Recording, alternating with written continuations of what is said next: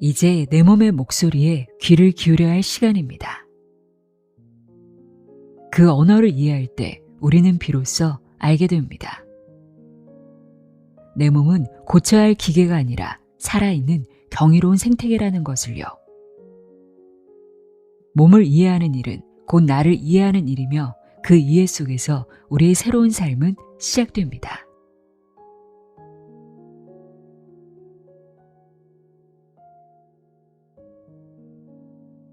안녕하세요. 나의 소리집 갈피 소리내어 있다입니다. 평생을 함께해 왔지만 잘 아는 것 같으면서도 정작 가장 모르는 존재가 있습니다. 함부로 대했다가는 평생 후회하기도 하지만 제대로 알고 잘 다독여주면 언제나 최고의 파트너가 되어주는 존재. 알 듯 모를 듯 경이로운 이 존재는 무엇일까요? 바로 우리의 몸입니다. 우리는 보통 몸을 부위별로 나누어 이해하는데 익숙하죠. 병원만 가도 내과, 외과, 피부과처럼 진료과가 세밀하게 나뉘어 있잖아요. 그래서일까요? 어떤 증상이 생겨 병원을 찾아가도 당장의 증상만 완화될 뿐 내 몸이 보내는 근본적인 신호가 무엇인지, 어떻게 하면 진정한 치유를 경험할 수 있는지 답답할 때가 많습니다. 오늘 소개해드릴 책은 우리 몸을 이해하는 방식을 근본부터 다시 생각하게 만들어주는 책입니다. 내 몸을 단순히 통제하고 관리할 대상이 아니라 나를 지탱하는 경이로운 생태계로 바라보게 해주는데요. 출간되자마자 독일 아마존 10주 연속 1위, 슈피겔 종합 베스트셀러 1위에 직행하며 화제를 일으킨 책입니다. 800만 독자가 사랑한 이토록 위대한 장의 저자 줄리아 앤더스가 11년 만에 선보인 이토록 위대한 몸입니다.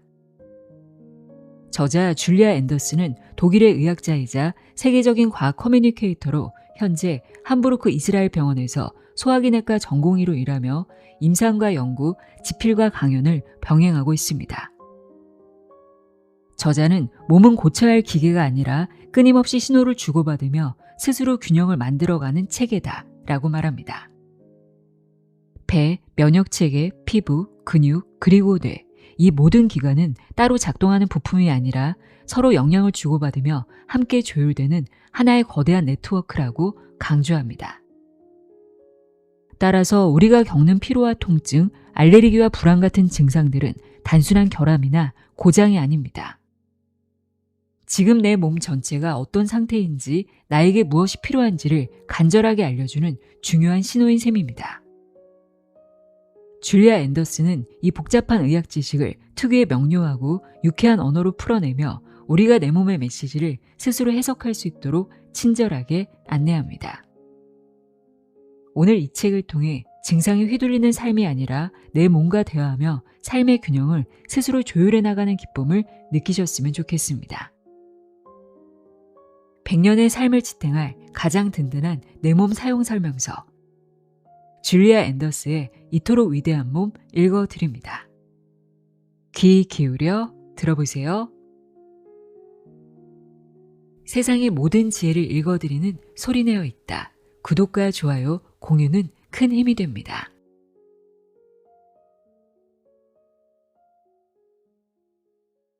나를 지키기 위해 먼저 알아야 할 것들. 면역체계. 우리는 안전하게 살기 위해 아프다. 아픔은 우리를 불편하게 만든다. 부정적인 감정이나 생각도 그렇다. 그러나 충격, 분노, 걱정처럼 처음에는 나쁘게만 느껴지는 감정도 항상 나쁘지만은 않고 좋은 측면도 있음을 우리는 잘 안다. 문제는 정확히 뭐가 어떤 점에서 좋은지 곧바로 알기는 힘들다는 것이다.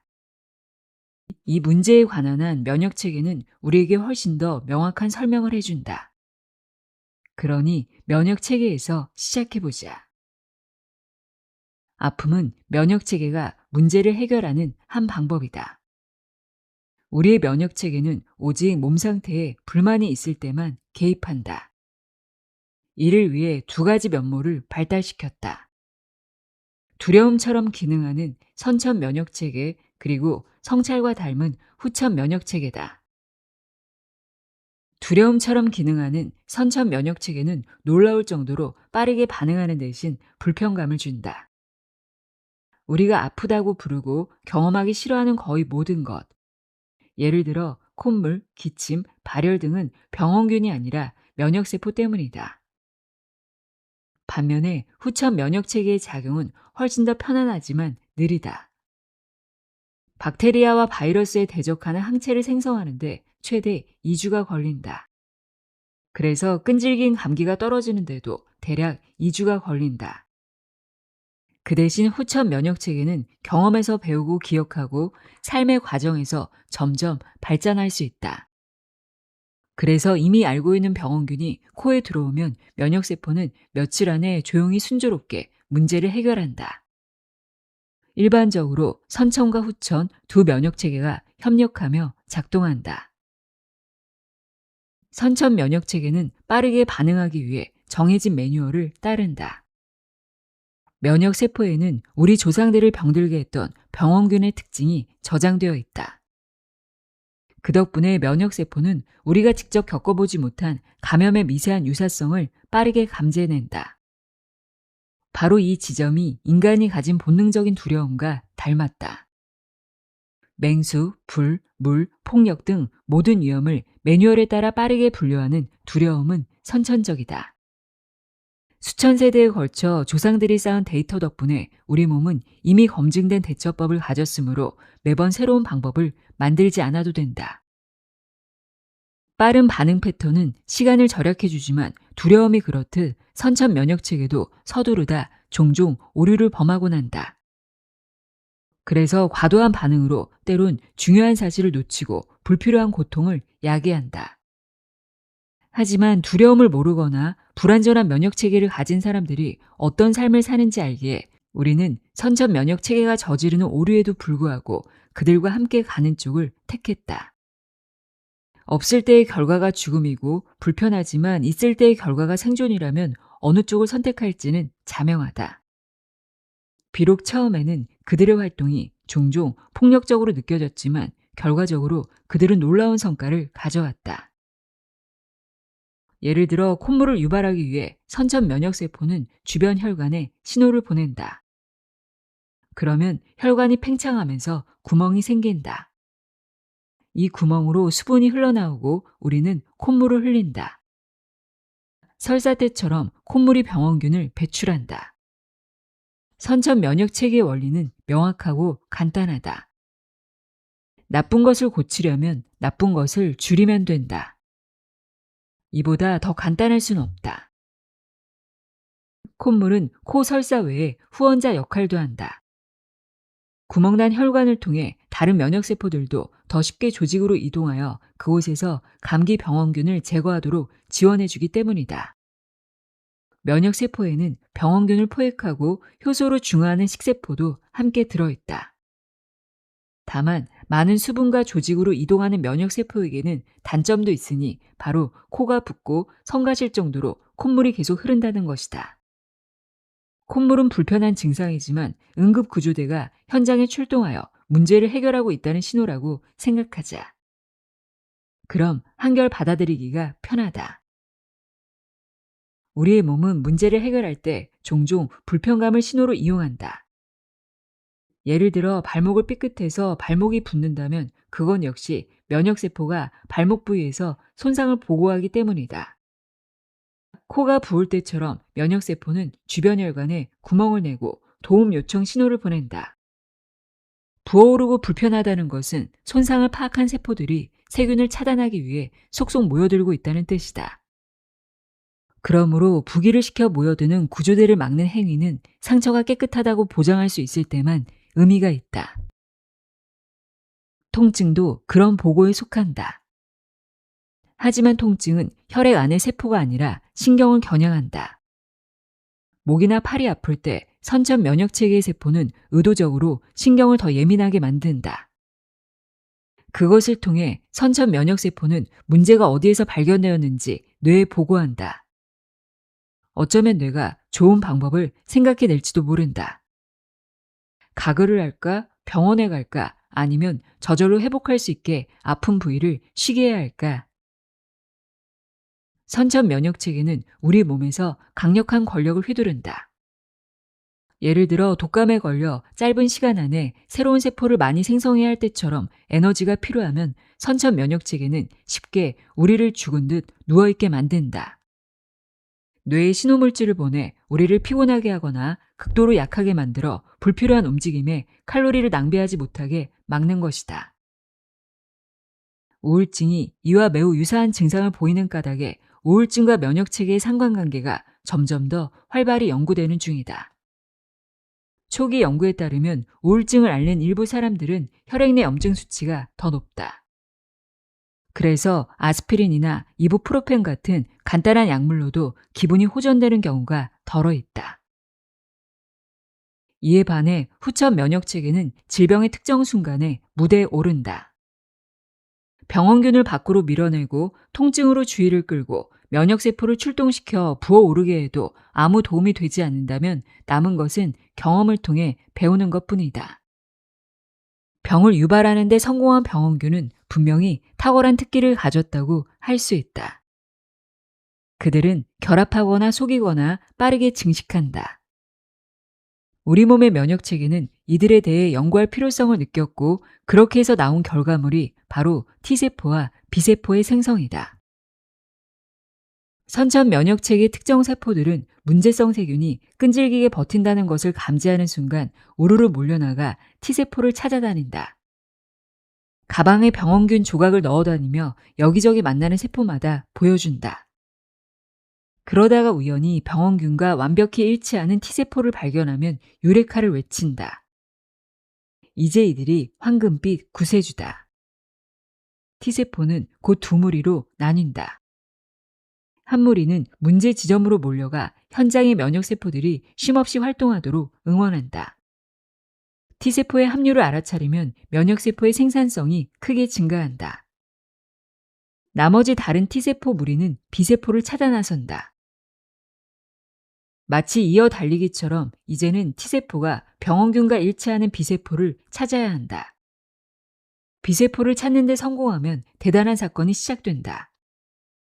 바로 발견된 B세포가 활성화되어 1초에 약 2,000개씩 항체를 생성하는 것이다. B세포의 항체는 병원균과 어느 정도 일치하지만 B세포는 더 완벽하게 일치시키기 위해 계속해서 분열한다. 그렇게 B세포 클론은 어느 시점부터 1분에 1,000개씩 새로운 세포가 생성될 정도로 빠르게 증식한다. B세포는 분열할 때마다 조금씩 변하고 항체도 계속 생성한다. 그 결과 며칠 만에 단 하나의 B세포가 인간이 수만 년의 진화를 거쳐 이룩한 만큼 재생되고 또 변형된다. 이 기간에는 B세포의 수가 급격히 증가하여 손가락 끝으로도 느낄 수 있다. 목 위쪽의 림프절에서 B세포가 증식하면 그 부위가 눈에 보일 정도로 부어오른다. 이런 방식으로 B세포는 우리 몸에 들어오는 모든 미생물과 이물질에 완벽하게 일치하는 항체를 생성한다. 항체 생성 과정은 매우 힘들고 에너지가 많이 들기 때문에 T세포가 없으면 B세포는 아주 짧은 시간 안에 탈진해 버릴 것이다. T세포는 B세포에게 포기하지 말고 계속 활동하라는 화학 신호를 계속해서 보낸다. 이렇게 면역체계는 최적의 해결책을 찾을 때까지 접근 방식을 끊임없이 개선한다. B세포와 T세포 그리고 면역체계의 식세포, 염증세포가 원활히 상호작용할 때 차분한 치유의 힘이 생기게 되는 것이다. 감기약은 꼭 먹어야 할까? 아플 때 우리는 불필요하게 고생하기를 원하지 않는다. 그래서 얼른 약을 먹는다. 하지만 이는 오래된 논쟁을 불러일으킨다. 코감기에 걸렸을 때 우리 몸의 자기 방어력을 믿으면 안 되는 걸까? 이것이 예를 들어 두려움 같은 다른 보호책에 시사하는 바는 무엇일까? 감기나 두려움은 어느 정도까지 간과해도 괜찮을까? 가장 널리 사용되는 감기약, 코스프레이, 기침 억제제, 진통제는 면역세포의 효력과 정반대로 작용한다. 어떤 경우에는 심지어 면역세포의 수를 줄이기도 한다. 이런 약들은 인후통, 콧물, 몸살, 귓병 등을 효과적으로 완화하지만 질병의 다른 증상에는 도움이 안 된다. 또한 일부 진통제가 감염 기간을 최대 하루까지 연장시키는지를 두고 연구자들 사이에도 논쟁이 뜨겁다. 최종 결정은 아직 내려지지 않았지만 몇 가지 권고안이 마련되었다. 부기를 가라앉히는 코스프레이 데이터는 매우 긍정적이다. 이 스프레이는 부비동이나 귀의 염증을 예방하는 효과가 있다. 코감기 때문에 잠을 설치고 입맛을 잃고 정상적으로 숨쉬기 어렵다면 스프레이를 사용해 면역 체계와 협상하는 편이 낫다. 다만 권장 용량을 준수하고 적절한 시기에 중단해야 한다. 로페라미드 같은 지사제의 데이터는 좀 다르다. 이 약은 소화 근육을 마비시킨다. 장은 설사 병원균을 배출하려 하는데 이 약의 배출을 막으면 병원균이 증식할 수 있다. 그래서 이 약을 먹으면 감염 후 심각한 질환이나 과민성 대장증후군의 위험이 커진다. 설사의 원인이 감염이 아니거나 탈수 증상이 생명을 위협할 정도이거나 꼭 비행기를 타야 하는 경우에만 이런 약을 복용해야 한다. 기침은 콧물과 설사의 중간쯤 되는 증상이다. 약을 먹거나 안 먹거나 두 가지 다 가능하다. 기침 역시 유해 미생물을 몸 밖으로 배출한다.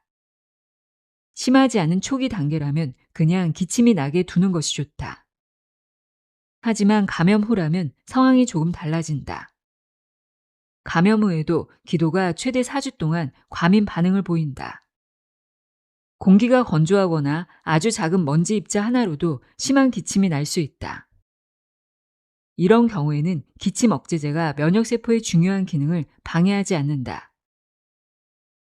아프다고 해서 반드시 그게 면역세포와 병원균의 격렬한 전투를 의미하진 않는다. 면역체계는 상황을 판단하고 타협점을 찾기도 한다. 예를 들어 입술 포진을 생각해 보자. 포진 바이러스는 면역체계와 처음 대치한 후 입술에서 물러나 신경세포에 잠복한다. 면역세포는 바이러스가 더 이상 공격하지 않으므로 그대로 둔다. 그러다 어느 시점에 스트레스, 감기, 감염 등으로 면역체계가 다시 약해지면 잠복해 있던 바이러스가 다시 예전처럼 활보하며 입술로 이동하여 포진을 유발한다. 그 결과는 다시 면역체계에 혼쭐이 난다. 이런 싸움에는 어느 정도 긍정적인 측면도 있다. 우리가 입과 코 관리를 소홀히 했다는 사실을 바이러스가 면역체계에 알려주기 때문이다. 짜증스러운 고자질이긴 하나 맞는 말이긴 하다. 그래서 포진을 극복한 뒤에는 이전보다 더 많은 면역세포가 입과 코에 할당된다. 그러면 이들이 앞으로 다른 병원균을 더 효과적으로 방어한다. 가벼운 감염이면 어떤 사람에게는 이런 방어력 향상이 해로움보다 유익함이 더 크다. 하지만 어떤 사람에게는 그렇지 않을 수도 있다.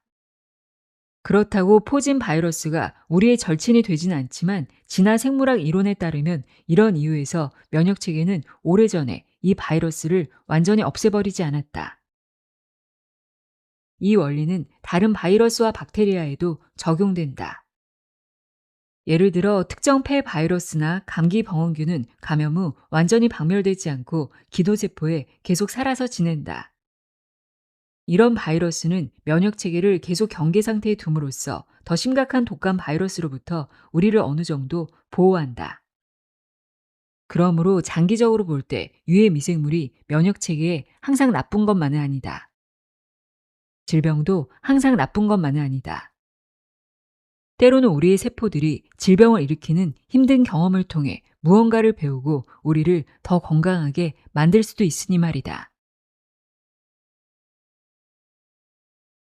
삶은 호흡에서 시작된다.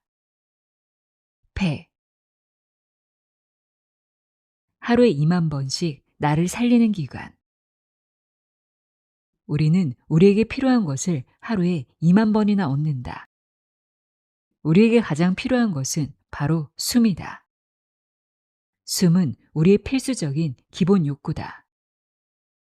1분만 숨을 참아도 숨 쉬고 싶은 욕구는 몇 시간씩 등산을 한 후에 느끼는 갈증보다 훨씬 더 크다. 이처럼 숨은 우리 몸의 위계 질서에서 가장 높은 자리를 차지한다. 이토록 중요한 능력을 우리에게 허락하는 장기인 폐는 언뜻 보기에 그다지 인상적이지 않다. 단단하지도 않고 강력하지도 않으며 심지어 독립적이지도 않다. 갈비뼈 같은 다른 신체 부위에 도움이 없으면 평소 흉곽을 가득 채우던 폐는 금세 주먹만하게 쪼그라들어 마치 낡은 수세미 두 개가 붙어 있는 것처럼 보인다. 완전히 부풀어 오르더라도 딱히 위협적인 느낌은 들지 않는다. 누군가 손가락으로 쿡 찌르면 마치 욕조 거품처럼 조용히 피식 소리를 내며 힘없이 꺼져 버릴 것만 같다. 인간에게 가장 중요한 욕구를 채워주는 장기라면 마땅히 비범하고 장대하리라 기대하겠지만 그건 크나큰 착각이다.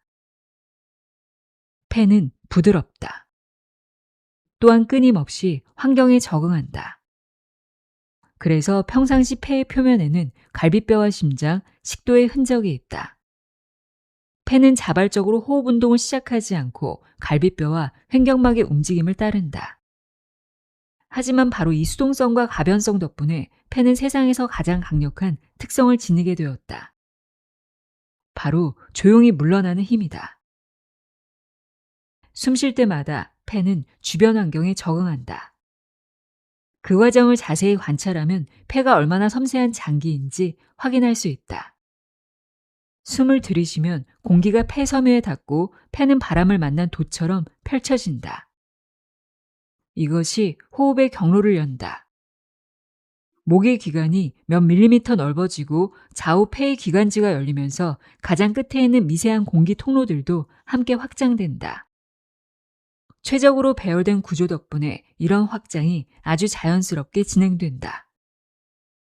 수동적이라고? 어쩌면 그럴지도 모른다. 하지만 그렇다고 아무런 효력이 없는 것은 아니다. 폐라는 돛 덕분에 우리는 수월하게 숨을 들이쉴 수 있다.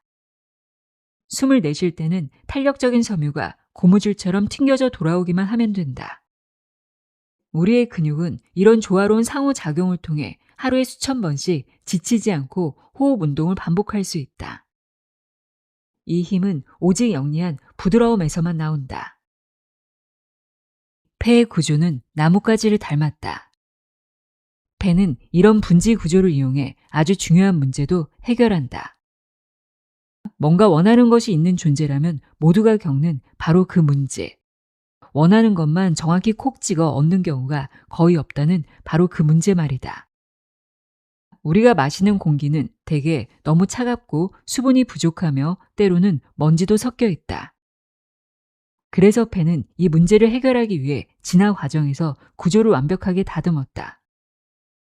호흡기는 목의 기관부터 시작해 22회나 나뭇가지처럼 갈라진다. 먼저 목 아래 약 5cm 지점에서 좌우 폐로 갈라지며 그 후 양쪽 폐에서 각각 최소 21회씩 더 갈라진다. 그렇게 형성된 분지 구조를 해부학에서는 기관지 나무라고 부른다. 공기는 이 기관지 나무를 타고 흘러 총 2400km를 이동한다. 이 경로를 이동하면서 공기는 데워지고 가습되고 정화된다. 코털과 인후의 사전 작업과 더불어 이 과정에서 숨이 최종 형태로 완성된다. 이 과정을 마친 숨은 체온만큼 따뜻하고 습도 98%에 아주 깨끗하다. 이 같은 사전 작업은 호흡기 가장 끝부분에 있는 아주 섬세한 구조를 위한 것이다. 그곳에서는 마지막 탄성섬유가 작은 입구를 막고 있다가 숨이 들어올 때를 딱 맞춰 열어준다. 수백만 개의 작은 입구들이 우리와 함께 공기를 빨아들이고 마지막 몇 마이크로미터까지 도달하도록 흡입력을 높인다. 폐는 바로 이곳에 자신의 핵심 설비를 설치했다. 공기 중에 팽창해 있던 3억 개에 달하는 작은 거품들은 여기서 기체 교환 능력을 뽐낸다. 바로 이곳에서 혈액 분자들이 공기 중으로 올라가고 공기 중의 분자들은 혈액으로 내려온다. 이 섬세한 거품이 터지지 않도록 얇은 윤활막이 이들을 애지중지 보호한다. 우리 몸의 그 어떤 곳도 이곳만큼 연약하지 않고 이곳만큼 섬세하게 구성되어 있지 않다. 진화 과정에서 폐는 우리에게 필요한 것, 즉 숨을 제공하기 위해 더 섬세하고 더 예민해졌으며 동시에 원치 않는 물질로부터 우리를 더 효과적으로 보호했다. 이제 폐의 구조는 거의 완벽에 가깝다. 하지만 단 한 가지 단점 때문에 끊임없는 비난을 받고 있으니 바로 위치다. 다소 성급하게 식도 바로 옆에 있어서 뭔가를 잘못 삼키면 사례가 들려 음료를 뱉어내는 일이 생기곤 하는 것이다. 현대 포유류의 가장 중요한 두 가지 특징이 호흡에서 비롯되었다는 사실을 아는가? 우리의 조상은 숨을 쉬기 위해 바다에서 나와 육지로 이동했다. 그리고 점점 정교해진 호흡 덕분에 산소를 훨씬 더 많이 소비하는 훨씬 더 복잡한 뇌를 발달시킬 수 있었다. 뇌가 호흡을 조절하고 근육이 공기를 들이마시고 폐가 세 번째 임무를 담당한다. 오늘날 성과주의 사회에서는 무언가를 성취하기 위해 해야 하는 일을 나열할 때 종종 폐의 임무를 간과하곤 한다. 욕구를 충족하려면 야망과 성실함뿐 아니라 다가오는 모든 것을 기꺼이 받아들이는 마음가짐이 필요하다. 호흡할 공기의 흐름을 함께 탈 수 없는 사람은 크나큰 어려움을 겪을 것이다. 마시고 소화하고 잠자는 것과 마찬가지로 숨쉬기 역시 가사노동을 닮았다. 역사적으로 그 가치를 무시하고 경솔하게 간과했지만 이런 활동들은 생각했던 것보다 훨씬 더 복잡할 뿐만 아니라 훨씬 더 강하게 우리 삶에 영향을 미친다. 또한 폐는 필요가 곧 변화를 만들어낸다는 사실을 잘 보여준다. 이것이 기계와 인간을 구분짓는 근본적인 차이다. 우리의 욕구는 그저 작동을 위해 반드시 채워야 하는 주유통이 아니다. 우리가 어떤 사람이 될지는 무엇을 원하고 그 욕구를 어떻게 채우느냐에 따라 결정된다. 인간은 욕구를 통해 자신을 형성해 나간다. 그리고 그 과정은 지금 이 순간까지도 그리고 앞으로 19,990번 반복하며 계속해서 이어지고 있다.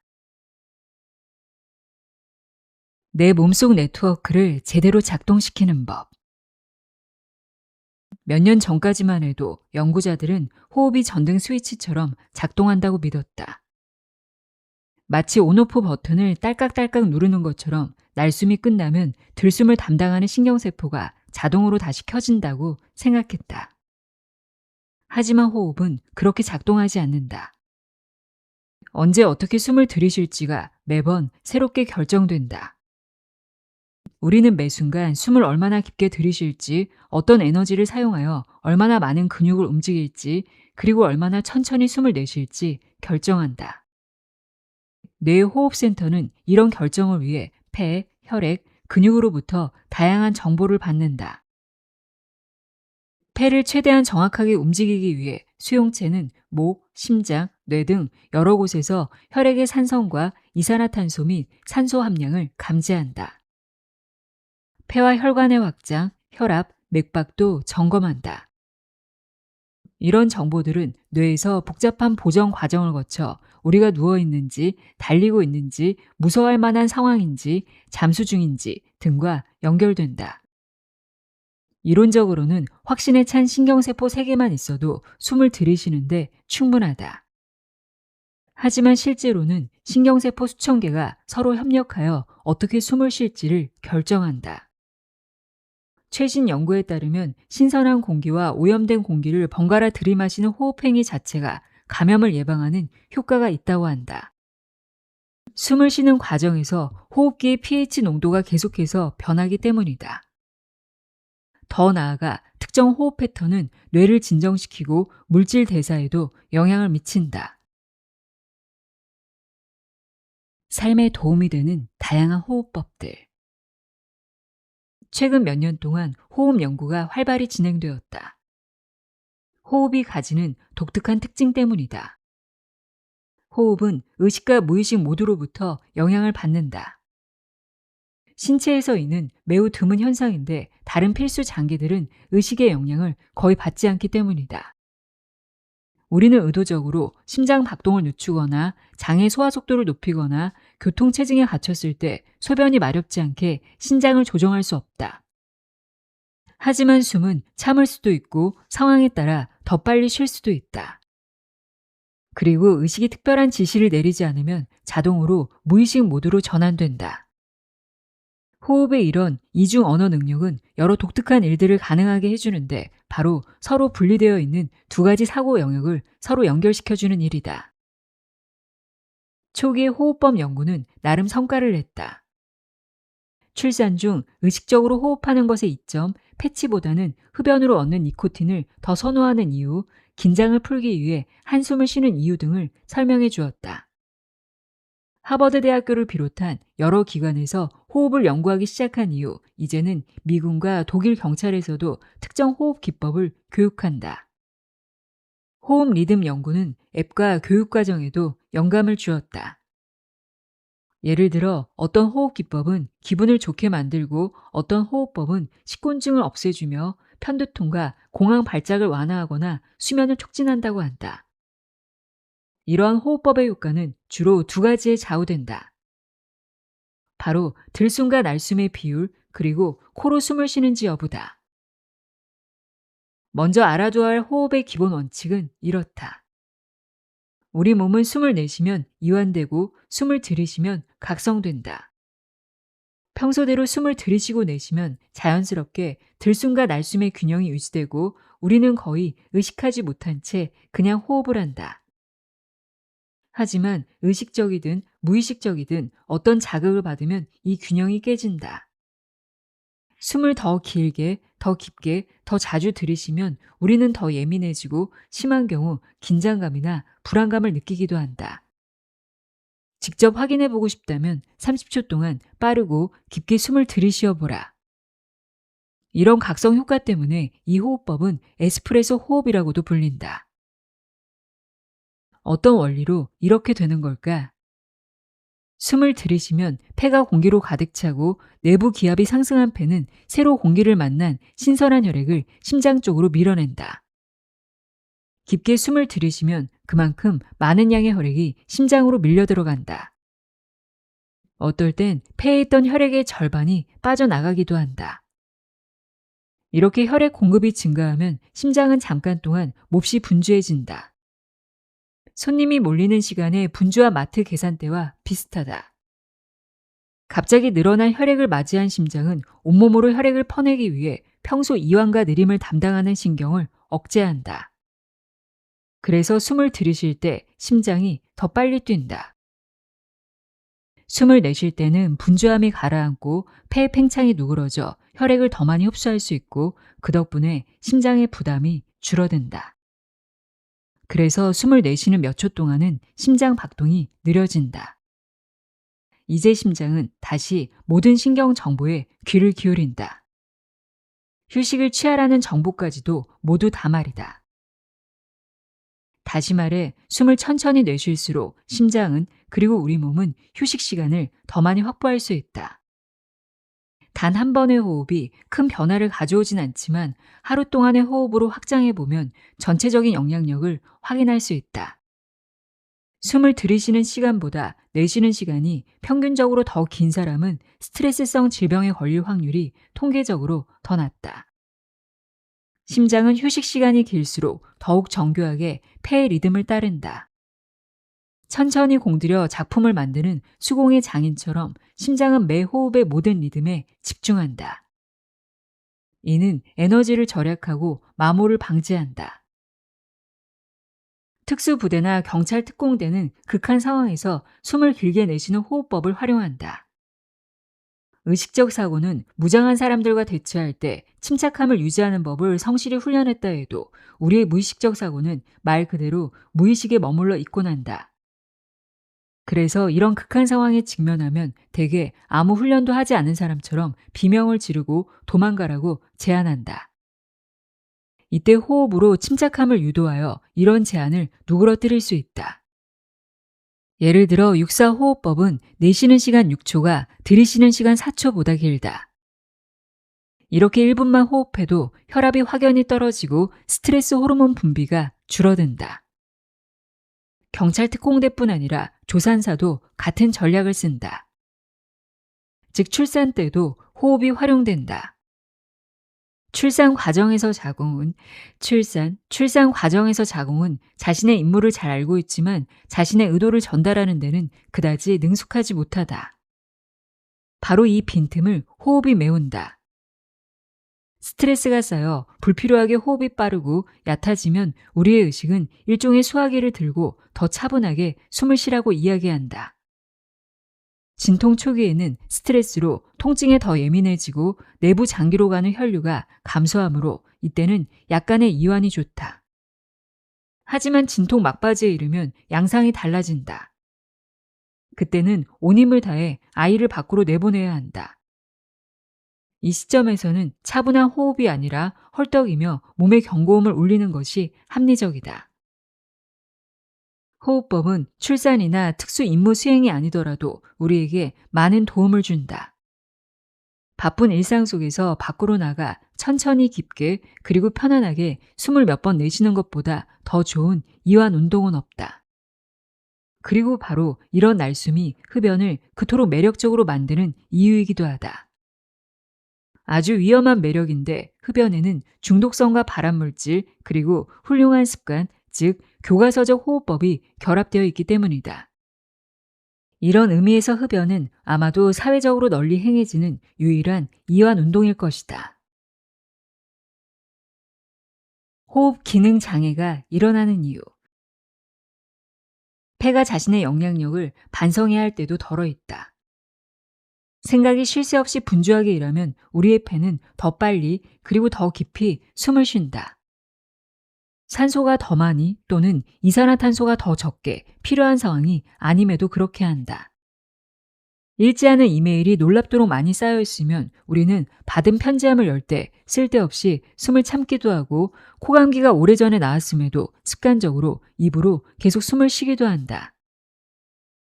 통계에 따르면 10명 중 약 1명이 건강에 해로운 호흡을 하는 것으로 조사됐다. 이런 호흡 기능 장애는 피로, 목 긴장, 수족 냉증, 호흡곤란을 유발하기도 한다. 더 큰 문제는 호흡 기능 장애에서 비롯된 증상임을 알지 못한 채 다른 약이나 치료 방법을 쓰면서 별다른 호전을 보지 못한다는 것이다. 우리의 의식은 비합리적일 수 있고 때로는 옳은 일을 하지 못하게 방해하기도 한다. 우리는 이 사실을 아주 잘 안다. 그러나 의식이 우리 신체까지도 제대로 기능하지 못하게 만든다는 사실에 대해서는 거의 주목하지 않는다. 이 주제를 연구한 여러 연구들이 내린 결론은 우리 조상들의 지혜, 특히 명상을 새롭게 조명한다. 생각을 흘려보내라거나 그냥 호흡을 관찰하라는 것이 명상의 대표적 지침이다. 그러다 보니 명상은 처음엔 다소 생소하게 느껴진다. 다른 호흡법처럼 의식이 의도적으로 개입해야 할 것 같은데 그러지 말라니. 호흡 연구가 보여주듯이 여기에는 그럴 만한 이유가 있다. 의식이 신체 활동에 개입한다고 해서 항상 도움이 되는 건 아니기 때문이다. 생각이 복잡해지면 한 가지 문제도 해결하기 어렵다. 그러면 호흡에 미치는 영향력 역시 무의미해진다. 그러나 꼬리에 꼬리를 무는 머릿속 생각을 놓아주면 뇌의 호흡센터는 혈액 속 산소량과 배출할 이산화탄소량에 다시 집중할 수 있다. 다시 말해 지금 이 순간에 집중할 수 있게 된다. 이는 곧바로 명확한 변화를 만들어낸다. 호흡을 그대로 두면 저절로 더 느려지고 편안해진다. 그리고 효율성도 더 좋아진다. 명상에서 곧바로 이런 효과를 얻지 못하면 어떤 사람들은 때때로 하품을 한다. 하품은 기침이나 재채기와 마찬가지로 호흡센터를 리셋하는 반사작용이다. 생각이나 불안 같은 자극이 너무 많아지면 이런 반사작용이 갑작스런 휴지기를 만든다. 호흡센터는 쉴 새 없이 쏟아지는 생각의 흐름에 쫓기다가 하품이 만든 휴지기에 다시 다른 일에 더 신경을 쓰게 된다. 정말로 호흡 기능 장애인지 그저 호흡이 불안정한 건지는 호흡 때문에 실제로 문제가 발생하느냐에 달려있다. 어떤 사람은 숨을 쉴 때 가슴 근육을 과도하게 써서 가슴 윗부분에서 통증을 느낀다. 또 어떤 사람은 불필요하게 자주 심호흡을 해서 에너지를 낭비한 탓에 오후에 극심한 피로를 느낀다. 이런 피로감은 오후 내내 계속 누적되어 저녁이면 마치 공원 한 바퀴를 달린 것처럼 녹초가 된다. 휴식 상태에서 호흡 횟수가 분당 20회 이상이면 이산화탄소가 너무 많이 배출되어 손발의 작은 혈관들이 수축한다. 그 결과 손발이 차갑고 저리며 심할 경우 심계항진, 불안증, 현기증도 나타난다. 호흡 기능 장애의 전형적인 특징은 자고 나면 거의 모든 문제가 호전되고 하루가 시작되면 증상이 다시 나타난다는 것이다. 말하자면 깨어있는 시간이 길수록 문제도 그만큼 더 많이 발생한다. 어떤 경험들은 우리의 호흡 습관을 바꿔놓는다. 예를 들어 강도를 당한 뒤 현관문을 삼중으로 잠그는 사람처럼 천식이나 심장 질환에 따른 숨가쁨이 과호흡으로 바뀔 수도 있다. 또한 스트레스나 길어진 감기 때문에 호흡 습관이 바뀌기도 한다. 건강에 해로운 호흡 방식이 몸에 배어버리면 단순히 생각을 가라앉히는 것만으로는 부족하다. 나쁜 자세를 교정할 때처럼 호흡 방식도 적극적으로 다시 배우고 익혀야 한다.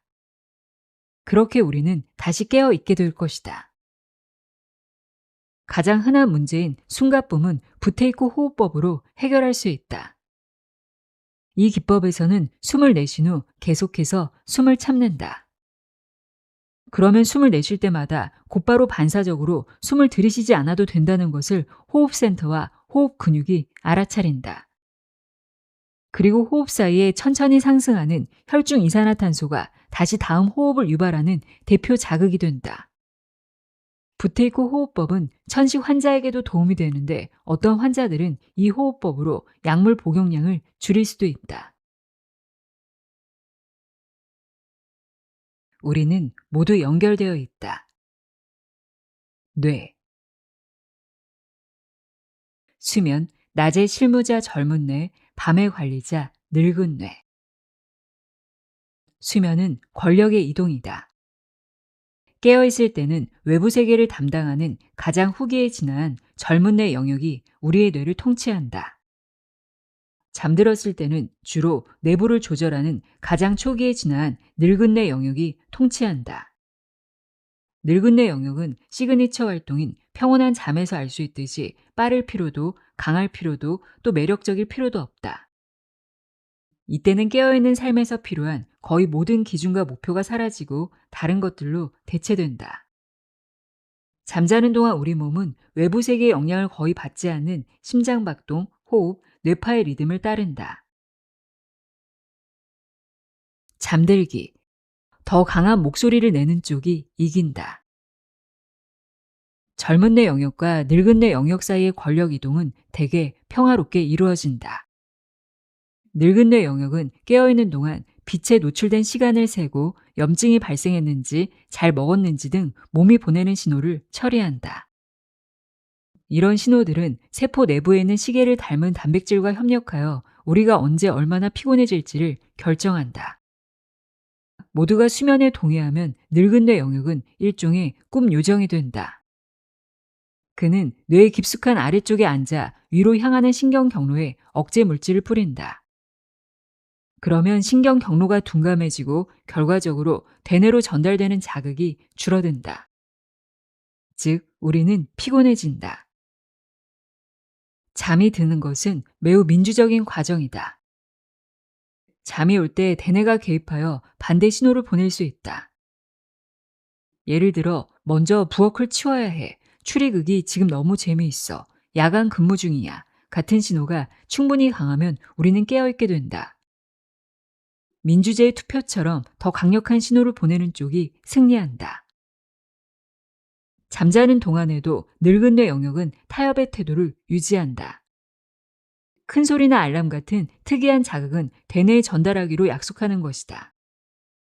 그 대가로 대뇌는 잠드는 것을 불필요하게 막지 않겠다고 약속한다. 늙은 뇌 영역은 일반적으로 대뇌보다 더 확실하게 약속을 지킨다. 양측 모두 각각 서로에게 수면을 제한할 수 있다. 전형적인 한낮의 졸음은 수면을 제한할 좋은 기회다. 내부의 유전자 시계 단백질이 12시간마다 한 번씩 분해되기 때문에 우리는 이 시간대에 살짝 피곤함을 느낀다.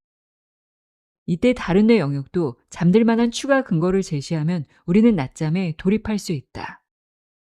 아침에 이미 너무 많은 에너지를 소모했거나 지금 듣고 있는 강의가 너무 어려울 수 있다. 하지만 깨어 있어야 할 이유가 더 크다면 세포시계가 조금 더 갈 때까지 기다려야만 한다. 또는 커피를 마신다. 둘 사이가 항상 평화롭기만 하느냐 하면 그렇진 않다. 때때로 되뇌는 자지마 라는 명령을 무자비하게 강요하고 과도한 활성화 신호를 보낸다. 너무 늦은 시간에 커피를 마시거나 밤에도 환하게 불을 켜둔다. 이로써 대뇌는 형평성의 한계를 넘어서지만 안타깝게도 결국 누가 더 유리한 위치에 있는지도 망각한다. 늙은 뇌 영역이 여전히 아래쪽에 앉아서 위로 향하는 자극에 억제제를 솔솔 뿌릴 수 있음을 잊는 것이다. 늙은 뇌 영역은 한동안은 선의로 대뇌의 지시를 따르지만 어느 순간 더 이상 참을 수 없게 되면 결국 노트북 앞에서 또는 운전 중에도 그냥 잠들게 내버려 둔다. 외부의 시선으로 보면 이는 결코 좋은 일이 아니지만 내부의 삶에 어느 정도 자기 시간을 보장하기로 한 암묵적 합의가 깨졌기 때문임을 인정해야 한다. 수면에서는 두 권력이 어떻게 상호작용하느냐, 즉 상호 존중하느냐, 그렇지 않느냐가 중요하다. 두 권력이 어느 정도 평화로운 합의에 도달하면 내부 세계의 장엄한 광경이 시작된다. 늙은 뇌 영역이 젊은 뇌 영역을 서서히 재운다. 억제제 가랑비가 장대비로 바뀌고 신경이 점점 더 강하게 옥죄인다. 얼마 지나지 않아 신경은 어떤 신호도 위로 전달하지 못하게 된다. 낮 동안 외부 세계의 자극에 노출되었던 젊은 뇌 영역은 이제 장난감 더미 속에서 지쳐 잠들어 엄마 품에 안아 올려진 아이처럼 보호받는다. 잠에서 깨어나기. 머릿속 화학 균형이 깨지면 우리는 잠에서 깬다. 밤 동안 쉬면서 회복한 신경 경로가 다시 에너지를 충전하여 제 기능을 수행할 수 있게 된다. 수면 중 대뇌를 진정시켰던 자극 억제제가 이와 동시에 끊긴다. 이때 주로 개입하는 시스템이 이른바 상행성 망상 활성계다. 이 시스템은 뇌의 여러 개로 구성된 신경망인데 대뇌에 도달하는 흥분파를 증가시킨다. 깨어있는 것은 힘든 일이다. 잘 때보다 더 많은 에너지를 쓰고 더 큰 마모를 일으킨다. 깨어있음을 주로 담당하는 뇌 영역, 대뇌는 인생의 경험에 따라 다르겠지만 아직 배울 것이 많은 새내기다. 그래서 다른 뇌 영역과 비교했을 때 실수가 잦다. 어떨 땐 너무 오래 일광욕을 해서 살갗에 화상을 입고 또 어떨 땐 조심성을 잃고 바보처럼 어딘가에 걸려 넘어진다. 오래된 늙은 뇌 영역은 이 사실을 잘 알고 있다. 대뇌가 버스를 잡기 위해 열심히 뛰면 어차피 늙은 뇌 영역이 심박수와 호흡을 높여야 하기 때문이다. 그렇게 새내기 뇌가 낮 동안 온갖 실수를 하고 나면 늙은 뇌 영역이 렘수면 중에 불쾌한 경험을 처리하거나 햇볕에 탄 피부를 숙면 중에 복구하도록 돕는다. 깨어있는 동안 겪는 온갖 역경, 실수, 어려움에도 불구하고 늙은 뇌 영역은 어김없이 젊은 뇌 영역을 깨워 다시 긴 시간 동안 제 임무를 수행하게 한다. 이는 어쨌거나 늙은 뇌 영역이 젊은 뇌 영역의 핵심 능력을 인정한다는 뜻이다. 젊은 뇌 영역만큼 복잡한 외부 세계를 잘 다룰 수 있는 영역은 사실상 없기 때문이다. 이 뇌 영역은 끝없이 펼쳐지는 정보의 그물을 하나의 경험으로 엮어내고 새로운 것을 학습하며 온몸에 기쁨을 주는 짜릿한 행동을 해낸다.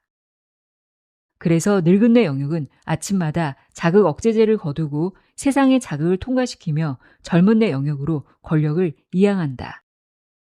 그렇게 우리는 뺨에 닿는 베개의 감촉을 다시 느끼며 잠에서 깨어난다. 잠을 설칠 때 뇌에서 벌어지는 일. 아침에 상쾌한 기분으로 벌떡 일어날 수도 있지만 그렇지 않을 수도 있다. 꿀잠을 자느냐, 잠을 설치냐는 가족 여행처럼 얼마나 단합이 잘 되느냐가 관건이다. 젊은 내 영역이 너무 이른 시간에 알람 소리에 깨면 다른 내 영역의 수면 활동이 중단된다. 반대로 늙은 내 영역이 밤에 우리를 설렁설렁 재우면 젊은 내 영역이 너무 일찍 깨어난다. 그러면 비몽사몽 상태로 생각하기 시작한다. 이건 역시 최적의 상황이 아니다. 렘 수면을 담당하는 뇌 영역이 고삐를 놓치면 상황은 더욱 불쾌해진다. 젊은 내 영역이 기괴한 꿈과 현실을 혼동하기 시작하면 두려움이 엄습하고 우리는 땀에 흠뻑 젖은 채 깨어난다. 인간은 보통 7, 8시간을 자야 한다. 하지만 수면 시간이 적다고 해서 반드시 나쁜 것은 아니다.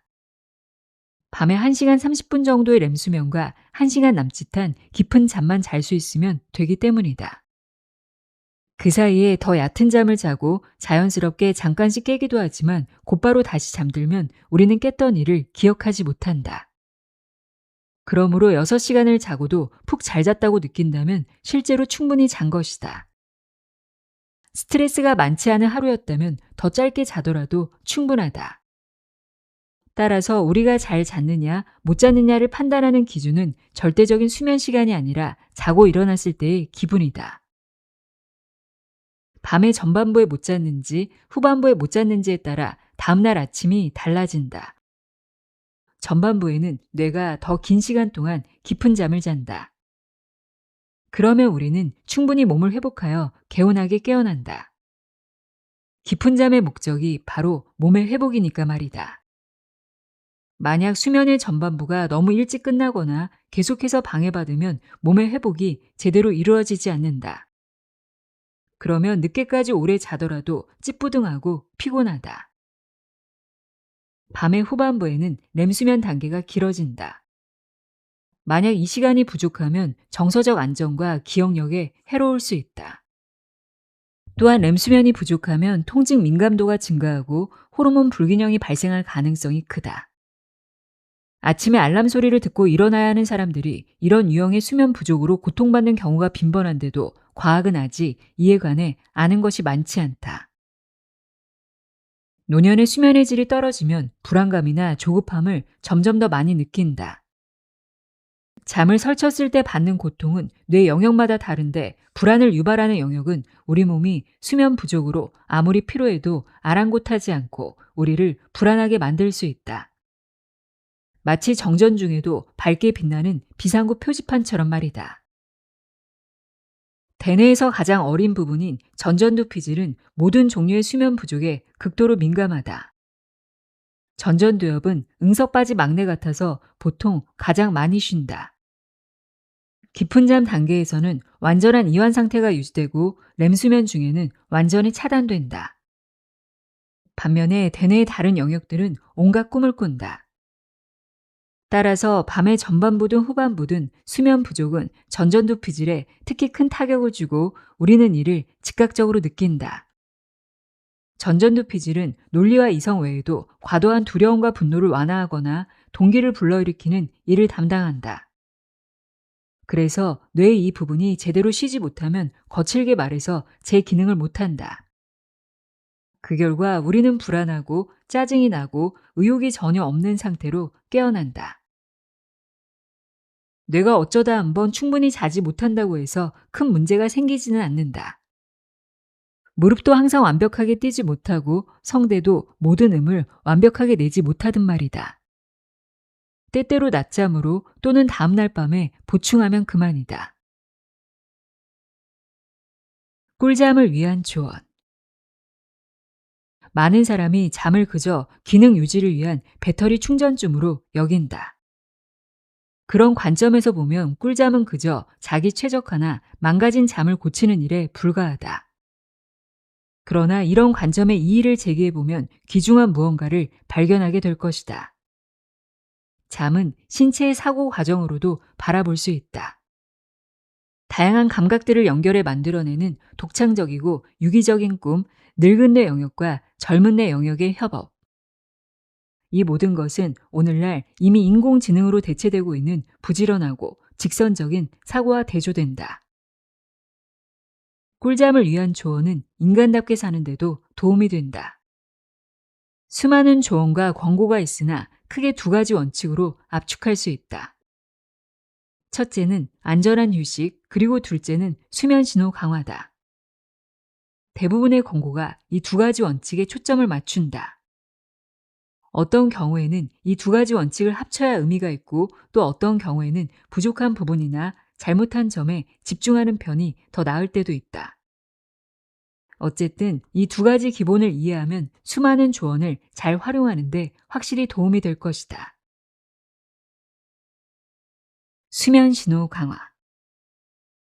시신경 뒤외세포가 청록색이나 파란색 또는 자외선 성분이 포함된 밝은 빛을 감지하면 수면센터는 수면을 유도하는 멜라토닌 생성을 억제하고 깨어있게 하는 신경을 자극한다.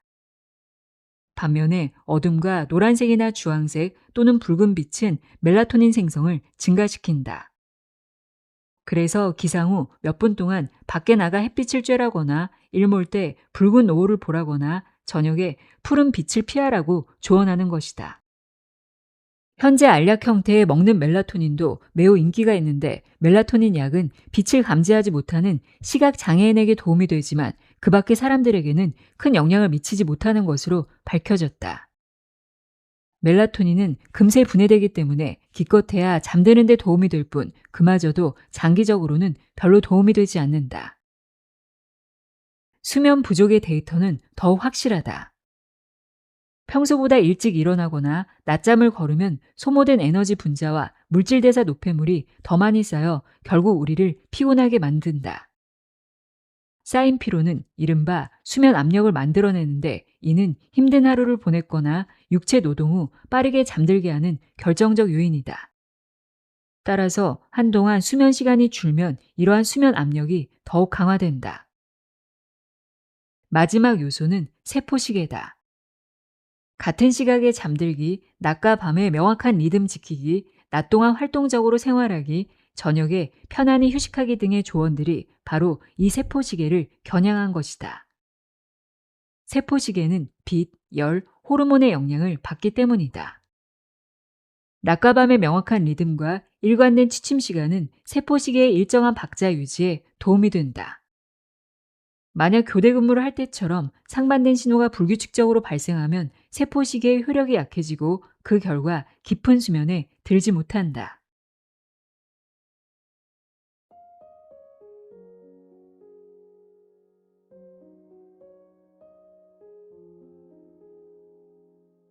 줄리아 앤더스의 이토록 위대한 몸 읽어드렸습니다. 내 몸을 이해하는 일이 곧 나 자신을 이해하는 일로 이어진다는 거 기억하셨으면 좋겠습니다. 몸과 마음이 모두 건강한 하루하루 보내시길 바랍니다. 오늘도 함께해 주셔서 고맙습니다.